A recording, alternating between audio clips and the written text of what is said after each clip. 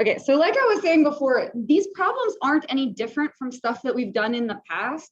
We're just going to use words like displacement and total distance and stuff like that. It's going to be velocity and acceleration. We're revisiting particle motion just from an accumulation standpoint. So displacement, if you think of a particle, and remember your particle is anything with motion. So your particle could be a car or a bus or a plane or a dog or something, you know what I'm saying? If you want to figure out how much it has been displaced, that's from its starting point to its ending point. It's where it started to where it ended up. So it's just going to be integral from A to B of your velocity, dt. Remember, it's the rate that goes in there. You just got done doing that in the homework. Remember the oil tanker problem, or how much water spilled? We integrated from whenever to whenever of that rate. It's the same thing. We're just calling it displacement now. Now here's the thing. I could start here, run down to the end of the hall, come back here and sit back in my seat. How much was I displaced? Nothing, because I ended and started at the same place. Your displacement can actually be 0, even though your total distance is actually quite a lot. For total distance, some of you saw this last year. Did you remember how to change it? You're going to absolute value it. Good. And what that does is it treats all of the movement as though it's positive. Velocity is directional. You have positive velocity or negative velocity depending on which direction you're going.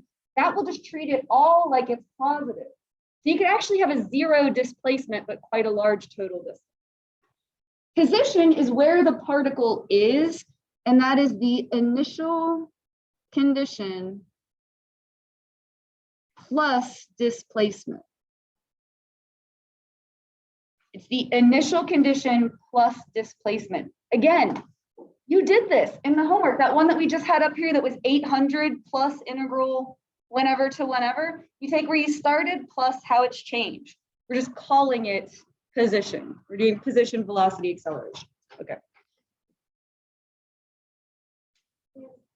Oh, I thought something like that was really weird. Okay, the graph to the right shows velocity. That's good. The rate is what you need to have of a particle moving along the x-axis for time 0 to 11. Notice how there aren't any units given, like we don't have seconds or feet or anything. Then you just don't have to put any. Don't make them up. Just don't put anything. Okay. It consists of a semicircle, 2 line segments. Use the graph to answer the questions. We know we're going to have to find the areas, so let's just go ahead and do that. How would we do an area for a semicircle? 1/2 pi r squared. A whole circle would be pi r squared. It's just half of it. And what is the radius for that one? 2. So 1/2 pi times 2 squared. 2 squared would be 4. Half of that is 2, so 2 pi. All right, and then that big triangle, 1/2 base times height. The base, let me see, 1, 2, 3, 4, 5. The base is 6, and the height is also 6. So that would be 18, but it will be negative 18 because it's underneath the x-axis. And then the last one, 1/2 base times height, that would be 1/2 times 1 times 3, or 3/2, or 1.5, however you want to do that. So letter A, find the total distance traveled from 0 to 11. That would be from 0 to 11, absolute value of velocity. I know some of you are like, we could just say the answer, Ms. Cole. Get in the habit of writing that anyway, because in the AP exam, they give you a point a lot of times for setting it up. So don't skip writing that. Like, just get in the habit of doing that. All right, and then what you're going to do is add all these up, but just treat them all like they're positive. So it would be 2 pi plus 18 plus 1.5. So plus 19.5. And if there were units, the units would be feet or meters or kilometers or like whatever the distance measure was.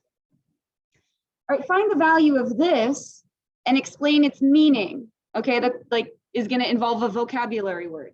So integral from 0 to 11, you're just going to add all these up, but you won't treat them all like they're positive. Like this is going to be a negative 18.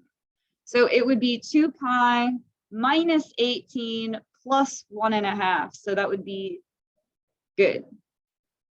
So 2 pi minus 16.5. Explain what it is. Okay, this is now it's not total distance, it's the other one. That vocabulary word is displacement. Now, there aren't any units for this one, so it's a little bit weird. You would normally say displacement in feet, and then you have to say one other thing or they will not give you the point, and they don't do half points. You just will get nothing. You have to say something else.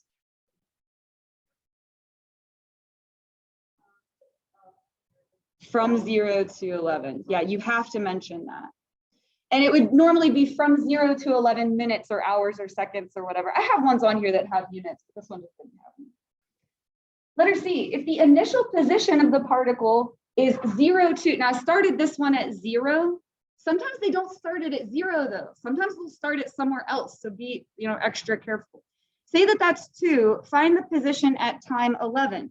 So it would be 2 plus displacement from 0 to 11. So what if it wasn't 0? Then you would just put something besides 0 there. Like say instead of x of 0 equals 2, say it was x of 5 equals 2. Then you would make this be the integral from 5 to 11. Do you get what I'm saying? Like just be careful with that because it's really easy to miss it. All right, so this would be 2 plus, and then adding all this up. What did we say that was? 2 pi minus 16.5. And then you could add these together. So that'd be 2 pi minus 14.5.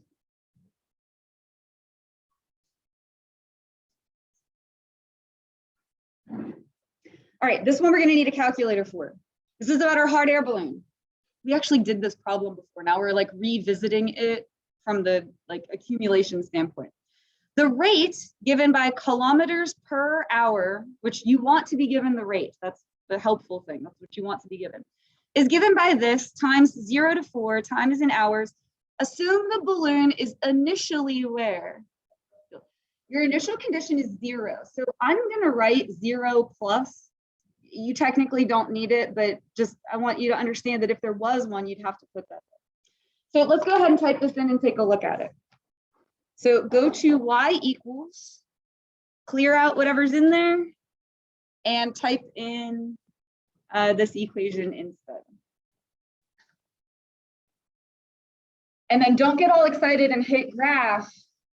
You need to change the window to what it was given in the problem. So you'll hit window, and what is our window for this one? Good, and it's given in the problem, just make sure you go back and read that. 0 to 4, I don't know what to make the y's. I usually just leave them -10 to 10 unless I really need to change that, but go ahead and hit graph, and I think we'll be good. And you can see everything you need to see there. Now here's the thing that I always get. Hey, Miss Cole, the balloon starts up in the air. No, it doesn't. It starts on the ground. You're looking at the velocity. All of this positive accumulation means that the balloon went up, which it would have to, right? If it starts on the ground, there's nowhere to go but up. It can't throw into the ground. So it goes up, and then for all this negative part, it goes down, and then at this part, it goes up again. Do you want to exit the vehicle at the end of these 4 hours? No, it's up in the air, okay? It would not be a good idea unless you had a parachute, right? When is the balloon closest to the ground during the time interval from 2 to 4? So we're looking for a minimum. That would be when your velocity changes from negative to positive. So that's going to be this point right here, this 0 right here. You guys following me on that? All right, it goes up, it goes down. This is when it's closest to the ground. How do I get my calculator to tell me that 0? Good, second choice. You want a choice number 2, which is 0. Now it looks about 3.5. So for my left bound, I'm going to hit 3, enter. For my right bound, I'm going to hit 4, enter. And for my guess, I'm going to hit 3.5. So 3.514, did we all get that? Okay, so when is the balloon closest to the ground? Time 3.514 hours. This is a long balloon ride. I guess if you paid for a balloon ride, you'd want to be up there for a while. hours now. Well, I don't know. How long would you go on like a boat ride cruise? Probably a few hours. This is different from. Yeah, you're right. Yeah, that's true. You're in like a. That's true. All right, now what is the altitude of the balloon at that time? What's the position of the balloon? So it's the initial condition plus the displacement. Again, I realize this one's 0, but I like to write it just to remind you that if there was one, that's where it would go. All right, so we would want to accumulate from 0 to 3.514 r of t dt. Here's the thing, if you type 3.514, it is not going to be accurate enough. You have to store the value so that you can copy and paste it. So going back to your calculator, as of this moment right now, the calculator has it stored as X.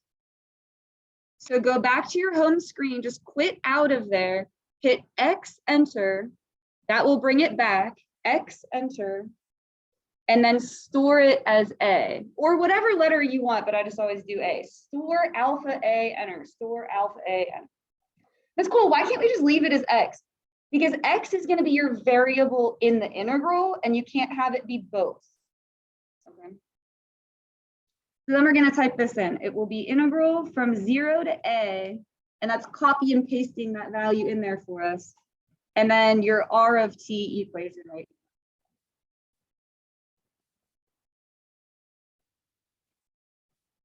And that will tell us where the balloon is at that time.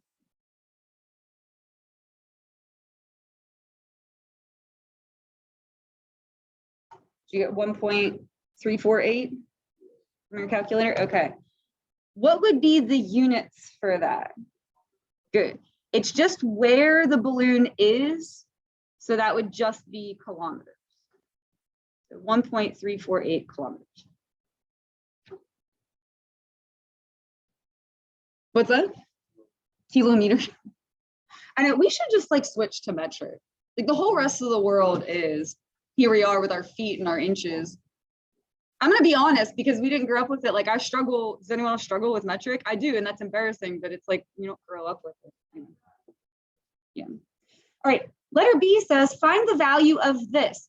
I will tell you the most common mistake I get with this is people want to add on the initial condition. In this case, there isn't one. But is this asking you for this plus an initial condition? No, it's literally just that.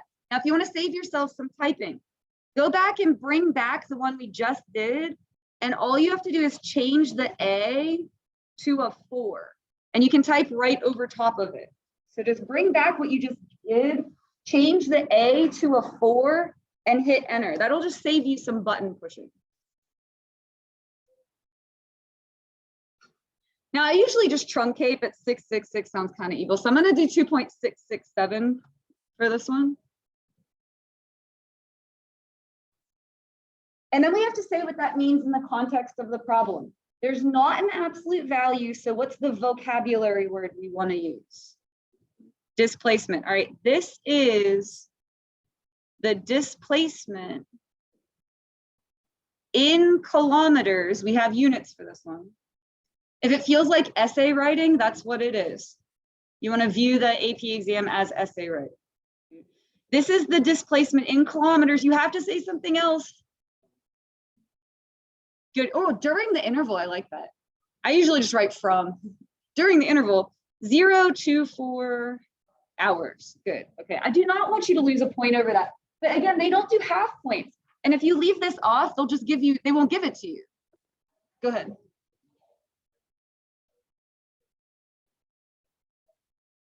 Yeah. Yeah, because, well, so because this one came out to something that you could do that with, but a lot of times there are numbers like this where you can't. But yeah, I mean, yeah, it's the same number. Yes, that's an equivalent answer. So yeah. All right, C, find the value of this. Now, I hate to tell you, you will have to type this one all over. You can't just shimmy an absolute value in there. So you are going to have to type it all over again. Also, as a heads up, and some of you might remember this, the calculator takes a little while on these.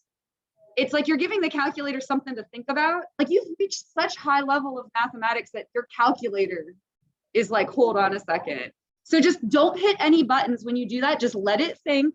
All right. Do you guys remember where the absolute value is? Yeah, math menu. Almost everything is in the math menu. If you like noodle around in that math menu long enough, you will probably find what you're looking for. If you're ever like, I can't remember where something is. But anyway, type it in, hit enter, and then just sit tight. It will come up. Just don't hit any other buttons. You gotta just be patient. Now you should get a bigger answer than we did for letter B. Why do we get a larger number for this one? Yeah, like it went up, came back down, went up, and it's counting all of that as though it's positive. So 11.528, and you're gonna write almost the exact same sentence that we did for letter B, except instead of displacement, you're gonna say this is the what?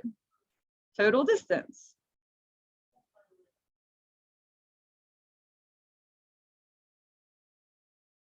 I like to just drill these justifications into you guys so that whenever the AP exam comes, it's just like almost automatic. I just write them over and over again, and then you just know them. All right, when is the balloon at its maximum altitude? Let's go back to the graph. Maximum would be when the derivative changes from what to what? Positive to negative. So that's going to be our other zero. You're basically going to repeat the process that we did in letter A. If that feels redundant, fine, practice it again. I'm trying to drill it into you so that it'll become like second nature almost. Calculate the other zero for me. Second trace, 0. It looks like it's about what? Like 1.5. So for your left bound, hit 1, enter. For your right bound, hit 2, enter. For your guess, 1.5, or anything between 1 and 2, enter, and it will come up. So 1.571 or 1.572 if you want to round. Hours. And it says, what is the altitude at that time?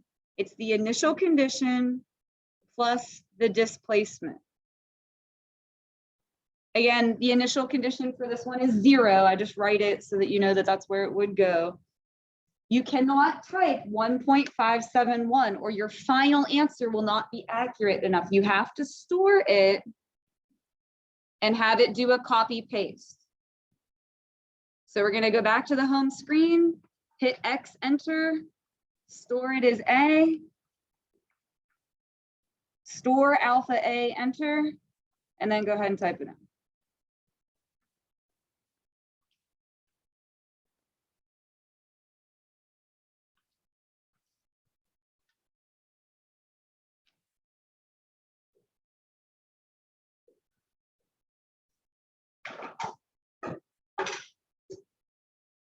Are you all friends with your calculator? I just don't want to see you miss a question because you had to calculate it.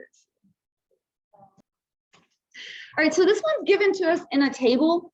I like the table problems a whole lot because you don't, there's not the button pushing like in the problem we just did. Like these are the only numbers that we're going to use, which simplifies life a whole lot, right? So the table gives values for velocity and acceleration of a particle moving. I made this one. Everyone got so used to doing feet per second, feet per second, feet per second, that if I changed that, they would still write feet per second without even reading the problem. So I made this one nanometers per decade, just to keep you guys on your toes. So it's moving very slowly. All right, so both velocity and acceleration are differentiable. That's just the way of saying like there's no problems or issues, like everything's differentiable, which means it's also continuous. Good, so there's no emotional problems. All right, velocity is decreasing for all of these values from 0 to 10. Answer the question. Use a left Riemann sum to approximate this. Show the computations. That means just, you know, show what you're adding up and then explain what it means. All right, so here are our sub intervals. There's 3 of them. What is the length of the first sub interval? 2. And then we want to use the value on the left, which would be 5. It's velocity. Velocity is what we're looking at here. So 2 times 5 plus, all right, and then what's the length of the next sub interval? 4. From 2 to 6 would be 4. Value on the left for velocity is 3. And then the last one, from 6 to 10 also 4, and then -1. What do you have to do to that? Nothing. Leave it. That's the computations that they wanted to see. Don't add that up. If you mess it up, it's going to be wrong. Just leave it alone, right? Explain what it means. This is what?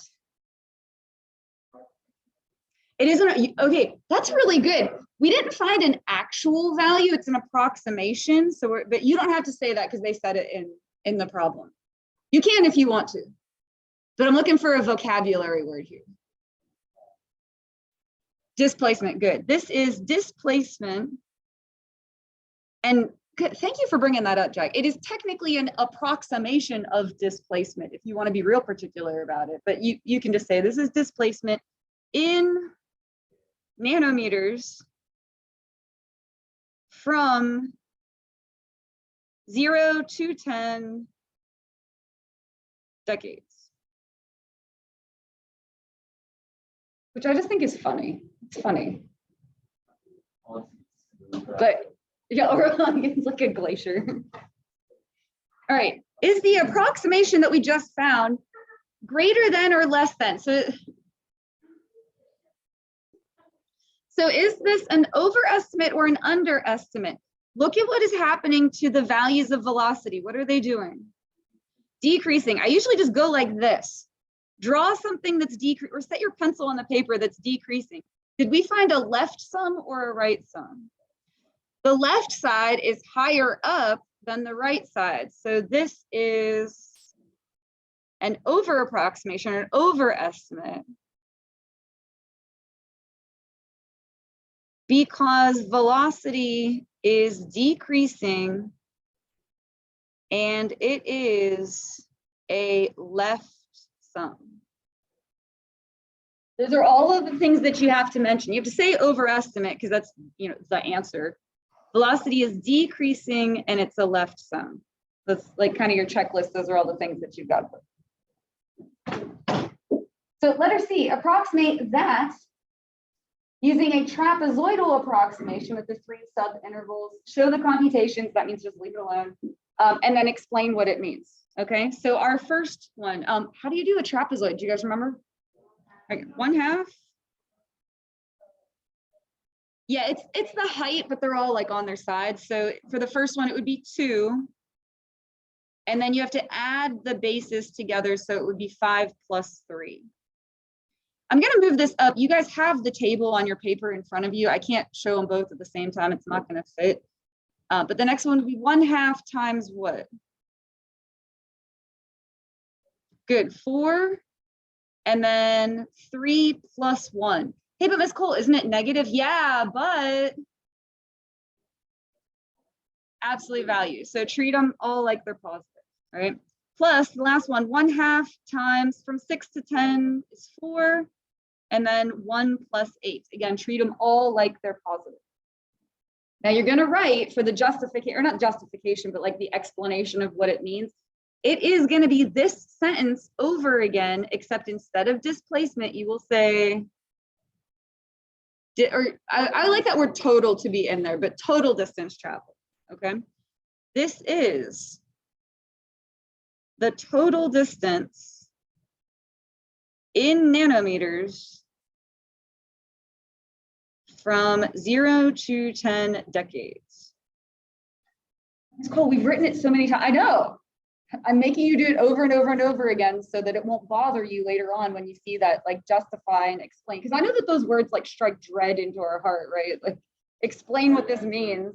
It's scary, I know it is. That's why I just make you do it over and over until it's not scary anymore, right? All right, last one. Determine the value of integral 0 to 10 for acceleration. Okay, we're doing an integral of acceleration, an antiderivative of acceleration. That means it's going to be velocity such that 0 to 10. Let me write this on the board again. You have position, velocity, acceleration. To get from here to here, you do a derivative. To get from here to here, you do a derivative. When you go backwards, it is an integral or an antiderivative. Okay, so when we do an antiderivative of acceleration, that's velocity. Now this is your fundamental theorem of calculus. It's upper boundary minus lower boundary. So what's tricky about this question is your given values for acceleration in that table up there, did we ever touch them? No, that's extraneous information. All right, what is v of 10? What's our velocity at 10? -8 minus, and then velocity at 0, 5, so -13. And then we have to explain what that means. So what happened to the velocity over that interval? We got a negative result. So did the velocity increase over that time interval, or did the velocity decrease over? It decreased. So not only is it moving at a glacial speed, but the velocity is also negative, all right? So the velocity decreased 13. Now I didn't have to say decreased -13, like the word decreased takes care of the fact that it's negative. 13 what? What are the units? Decade, good. It's a rate, so you have to have something per something else. The velocity decreased 13 nanometers per decade from 0 to 10 decades.